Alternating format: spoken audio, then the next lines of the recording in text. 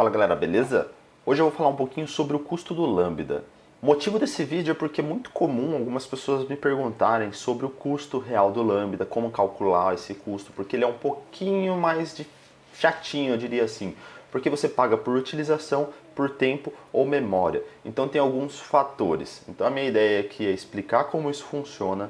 Eu também vou falar um pouquinho como que você calcula e tem um site de uma empresa que eles também têm já uma calculadora que você já coloca mais ou menos quanto que você quer usar e ele te mostra o preço.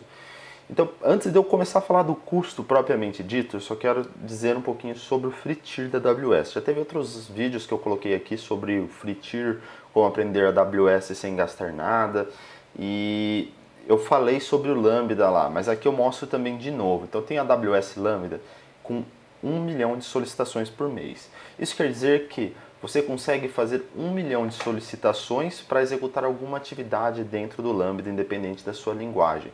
Então, se você está rodando um Python, você pode fazer 1 milhão de solicitações.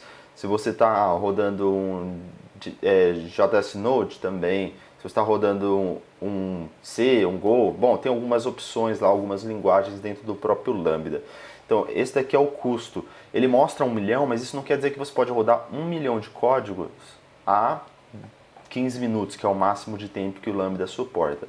Isso quer dizer que você tem essa quantidade de solicitações, mas ele fala até 3,2 milhões de segundos de tempo de computação por mês. Isso quer dizer que você tem 1 milhão, porém se uma atividade levar aí uns 10 minutos, provavelmente você não vai ter só 1 milhão. Então ela vai contar um pouquinho mais do que só o número 1. Então às vezes ela pode considerar aí 10 números ou 10 solicitações, assim por diante.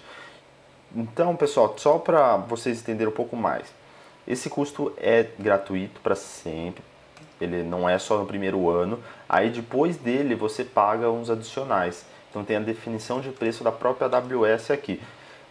Bom, eu vou colocar Norte Virgínia porque é o mais barato, mas nós temos São Paulo também, que é aqui na região. Então vou colocar Norte Virgínia. Pronto, aqui ele fala qual é o preço de requisições.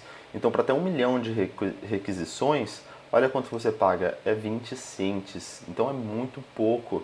Também tem a questão da duração.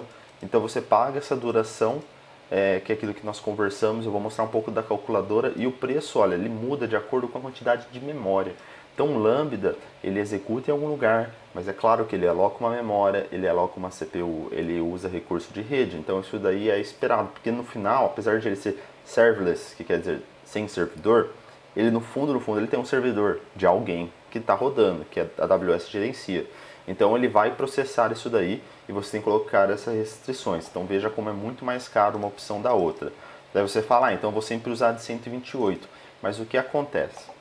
Muitas vezes, dependendo do que você está rodando, as bibliotecas que você está chamando, o tipo de processamento que você está fazendo, você pode ter uma melhora na performance, por exemplo, usando 128 de memória você pode levar lá 1 minuto e às vezes usando 512 você leva 5 segundos. Eu já vi isso acontecer em alguns exemplos. Então você tem que colocar até na balança que o mais barato às vezes sai mais caro. Então é sempre interessante você fazer um teste com a sua aplicação. Você tem lá o seu código, executa ele com diversos tipos de memória para ver se você tem uma otimização. Aí você coloca numa calculadora para ter uma ideia de quanto você está gastando ou quanto não está, só para saber se está valendo a pena ou não. Então beleza, agora vamos falar realmente do preço. Tem aqui esse site que é dashboard.io/lambda-cost-calculator. Ele já calcula o preço do Lambda. Então eu precisei disso daqui há mais ou menos 2 anos atrás e eu fui fazer uma estimativa aqui, eu usei esse site. Desde então eu vi que eles mantêm e eu gosto muito disso porque é muito simples de usar. Então você tem que basicamente colocar o número de execuções que você vai ter por mês, então você tem que ter uma ideia disso daí para gerar uma estimativa. Aí a quantidade de memória, ele mostra todas as quantidades de memórias disponíveis e o tempo em milissegundo que você imagina que a sua aplicação ela vai levar. Também você tem a opção de incluir o free tier ou não, porque eu já mostro como que funciona essa questão do incluir, né? Mas basicamente ele faz a baixa do free tier. Então vamos fazer o seguinte, vamos imaginar um cenário aqui. Imagina um cenário que nós temos um processamento no Lambda, que seja, fazer uma baixa num estoque ou fazer uma venda. Bom, vou considerar uma baixa de estoque, mas pode ser uma baixa de qualquer coisa, um documento, alguma coisa. Enfim, vamos supor que nós temos um sistema 24 horas e essa baixa no sistema vai acontecer uma vez a cada minuto. Pode ser mais, pode ser menos, mas eu vou colocar aqui uma vez a cada minuto. Isso quer dizer que uma vez a cada minuto nós temos 60 por hora vezes 24. Então nós temos execuções por dia, são 1440 execuções por dia, porque é uma por minuto.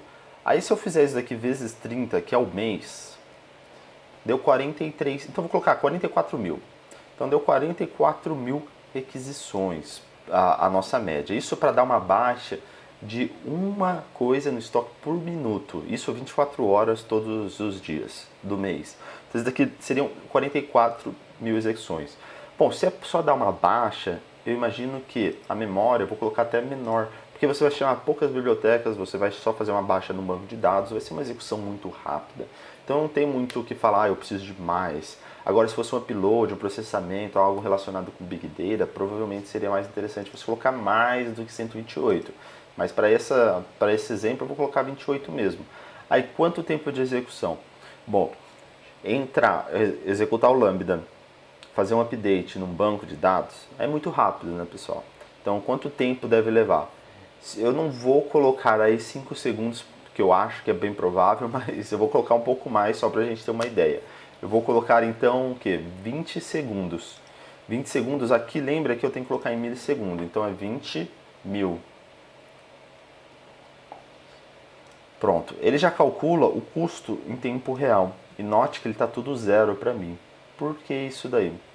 Porque não gastou nada. Isso daqui eu estou usando o free tier. Se eu clicar no No, que é para não usar o free tier, eu consigo ter uma ideia do custo. E aqui ele fala quanto que ficaria o custo. Ficaria de 1,84 por mês. Então você vê que o custo para manter tudo isso daqui ao longo do mês, ele sai muito barato. Você sempre vai ter disponível o recurso para você. Você pode falar, mas aqui você usou um cenário muito simples, um cenário tranquilo. Então, beleza.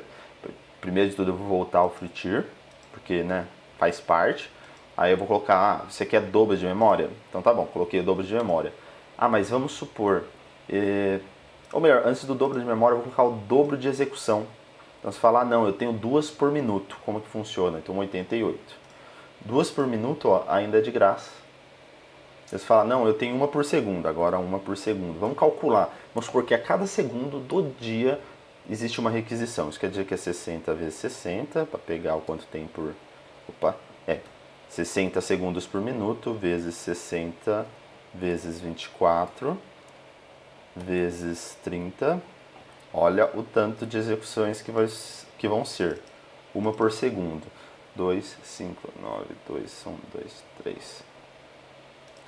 Agora sim o preço ficou um pouquinho maior, mas vamos, já que eu exagerei na quantidade, vamos colocar aqui que ela executa em 10 segundos só. O que faz sentido, né, pessoal? É só uma baixa. Então 10 segundos, mas vou colocar 20, vai. Vamos deixar 20. Olha quanto que dá, 101 dólares mês. Aí você pode estar pensando, ah, mas ficou muito caro. Bom, pensa comigo, para manter um servidor que esteja disponível 24/7, que ele tenha recurso, apesar de ser pouco, mas que ele tenha recurso.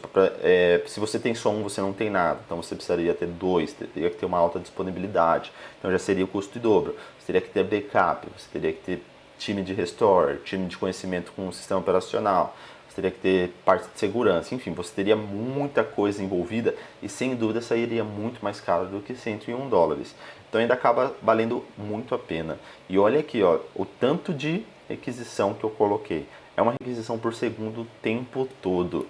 Claro que existem lugares que são muito mais. Existem de fato. Vamos supor uma loja de venda que vende fecha diversos carrinhos. Será que eles fecham 1 por segundo? Eu não sei. Mas vamos considerar que eles fecham 2 por segundo. Então vou colocar 5 ao invés de 2. Então que é 5 milhões. Olha só, o preço vai aumentando um pouquinho, mas não é tanto. Imagina, uma pessoa que faz tudo isso de baixa, em uma execução, uma baixa no estoque, que é o exemplo que a gente está usando, imagina, né, que esse valor seja para ela. Não seja nada, esse valor é muito barato. É dinheirinho simples, né? Se você parar para pensar, não dá nem R$ 1.000. Enfim, pessoal, falei bastante. Essa é a ideia do Lambda. O Lambda ele pode processar diversas coisas, eu usei isso como exemplo, porém eu já vi Lambda executando bastante, principalmente Big Data, às vezes leva em 10 minutos, 15 minutos, mas ainda assim vale a pena. Eu até tenho um estudo de caso aqui, de algo que eu usei com Lambda e hoje eu não gasto nada. Então eu estava procurando uma ferramenta que ela gerenciava custo na AWS e no Google Cloud. Então tem de fato algumas ferramentas no mercado, que eu não vou citar o nome aqui, mas algumas inclusive estavam querendo cobrar em torno de US$ 500.000 ano. É coisa pra caramba. Aí eu falei, bom, ainda assim elas não iriam atender para minha necessidade. Aí eu fui lá, criei todos uns scripts em Python que pega os dados do S3, que são os dados de billing da AWS, pega também dentro do BigQuery, que são os dados de billing de Google Cloud. Eu coloquei tudo dentro do Lambda e ele executa um processamento, ele faz baixa em uns 3, 4 bancos de dados, ele também faz download de arquivos, né, do S3, do BigQuery, e ele também faz upload, então ele faz tanto download e upload. Então ele mexe com rede, ele mexe com banco de dados, ele mexe com muita coisa, com diversos tipos de cloud. E aí, o tempo que ele leva é em torno de 1 minuto, porque eu não coloquei só isso, eu não coloquei 128 MB, eu fui lá e coloquei, acho que foi 2 GB, então vou colocar aqui mais ou menos 2 GB, vou colocar qualquer um em torno, aí eu executo isso daí uma vez por dia, logo 30 vezes por mês. E ele, apesar de eu achar que ia demorar muito, ele leva, 1 minuto, eu vou colocar 2 minutos, 2 minutos é 120, 1, 2, 3, sai. Olha quanto ele está custando para mim, nada. E a solução anterior que eu falei, que me ofereceram, custava 500.000 ano. Então, olha isso, se eu colocar em No, sem o free tier, olha quanto ele custa para mim, 14 cents por mês. Então é muito barato se você comparar. E é isso aí, pessoal, falei bastante, é isso que eu gostaria de falar sobre o Lambda. Então, respondendo a pergunta principal, o Lambda vale a pena, ele é barato, como funciona, tá aí. Ele é bem barato, como vocês podem ver, vale muito a pena e dessa forma você para de se preocupar com cursos, até com custos indiretos que aparecem quando você tem um servidor. Então é isso aí, galera. Valeu, até mais.